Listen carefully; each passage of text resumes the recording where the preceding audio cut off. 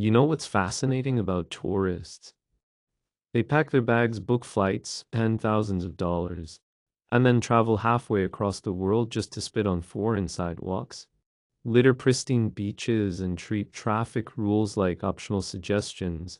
Why does this happen? Well, it's not like these people suddenly wake up on vacation and think, hey, today I'm going to ruin another country's footpath. No, no, no, it's much deeper than that. See, back home, civic sense is like an endangered species. Rarely spotted, hardly protected, and mostly forgotten. Garbage management, who needs that when you can just toss plastic bags into the nearest river and let nature handle it? Need to spit? The world is your tissue. Walls, streets, staircases, everything's a potential canvas. Public urination, well, when there are no public toilets and nobody cares, every wall turns into an unofficial restroom. Traffic rules decorative? Red light, just a suggestion? Helmet, optional? Lane discipline, what's that, some kind of foreign cuisine? So when these same folks become tourists, nothing really changes.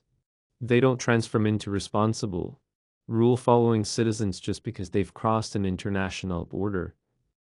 They simply export their habits. Bad habits become souvenirs that nobody asked for. And here's the kicker. Many of them don't even realize it's wrong. Because when you grow up watching streets filled with trash, rivers choking on plastic, and people casually ignoring laws, it feels normal. You think this is just how the world works. So on vacation, when they spit on clean pavements or dump food wrappers in crystal blue waters, they're not trying to offend anyone. They're just doing what they've always done. Meanwhile, locals and other travelers watch in horror thinking, wow, this is next level shamelessness. But for these tourists, it's Tuesday. And don't get me wrong, this isn't about blaming one nationality or one group. Bad civic sense is a global phenomenon.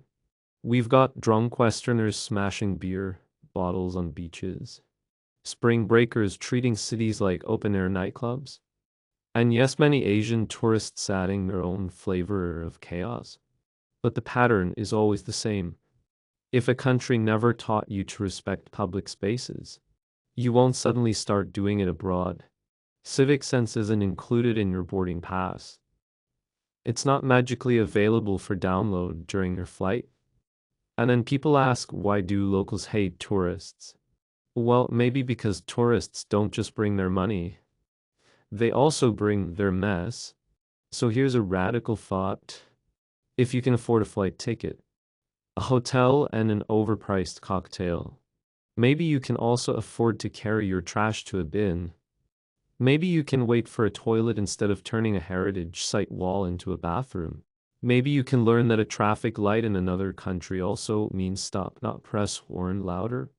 Because if we keep traveling like this, it won't be long before every destination turns into the same garbage-strewn chaos we thought we were escaping. And honestly, do we really want the whole world to look like home on its worst day?